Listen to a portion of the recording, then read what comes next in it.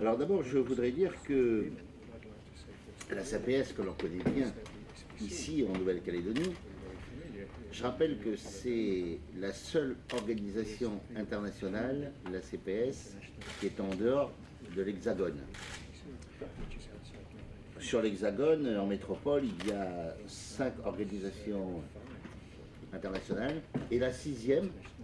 est la seule qui est à l'extérieur de l'Hexagone. Donc vous l'avez compris, il n'y en a pas en Polynésie, il n'y en a pas dans les DOM, etc. Donc la CPS a beaucoup d'intérêt pour nous, évidemment, ça vous le savez depuis longtemps, mais beaucoup plus aujourd'hui, parce que aujourd'hui nous avons la compétence sur la coopération extérieure à la Nouvelle-Calédonie, en particulier dans le Pacifique. Et il y a de nouveau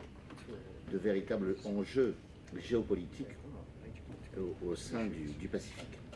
Depuis 60 ans que la CPS existe, c'est-à-dire depuis 1947 et installée en Nouvelle-Calédonie depuis 1949, c'est le premier document, le premier outil stratégique qui est conclu entre l'entité et l'organisation internationale et la Nouvelle-Calédonie et qui vise à définir à moyen terme, donc à l'horizon 2016, le cadre de coopération entre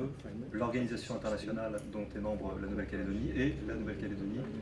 les services, l'ensemble des institutions de la Nouvelle-Calédonie et des entités de la société civile qui sont impliquées dans les actions de l'organisation. Alors la stratégie a été construite en respectant d'abord l'exercice qui est mené en ce moment en Nouvelle-Calédonie, c'est-à-dire la stratégie ANC 2025, de façon à ce qu'elle soit cohérente avec cette stratégie, et elle a été construite en respectant le cœur de métier de la CPS, c'est-à-dire les actions menées par l'organisation sans sortir de ce mandat qui est essentiel. Elle a été un travail très long qui a réuni pendant plusieurs mois les différents services de la Nouvelle-Calédonie, qui sont impliqués dans ce travail, qui sont impliqués dans les attributions, dans les secteurs d'activité de la CPS, relevant soit d'institutions, soit d'entités de la société civile, et leurs équivalents de la CPS, c'est-à-dire l'ensemble des divisions de la CPS, des 4 grands secteurs. Le développement humain, qui couvre la question de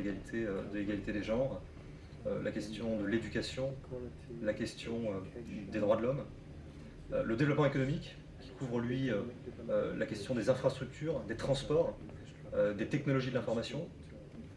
la question de la gestion de l'environnement, qui couvre les problématiques de gestion des risques, les problématiques d'adduction d'eau,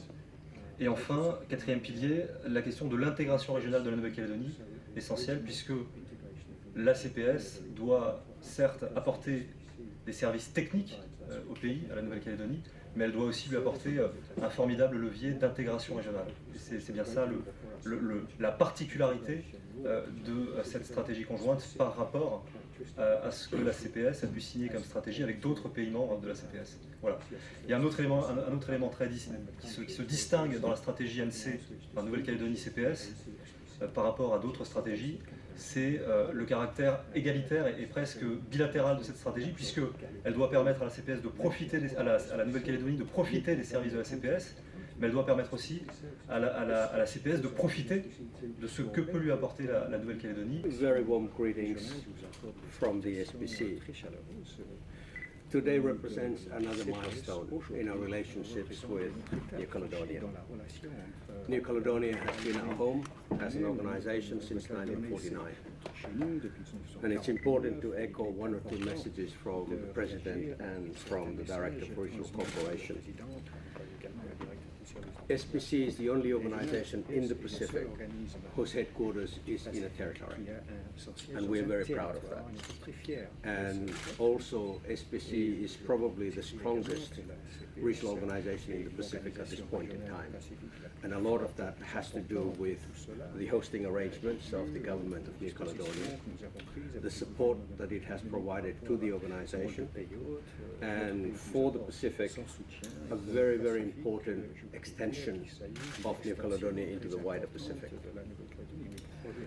It's very important as we look at the signing of this document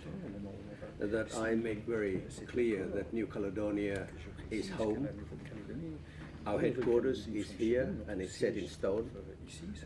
because there have been issues raised by other members whether having a headquarters in New Caledonia is a permanent feature, and I can confirm for now,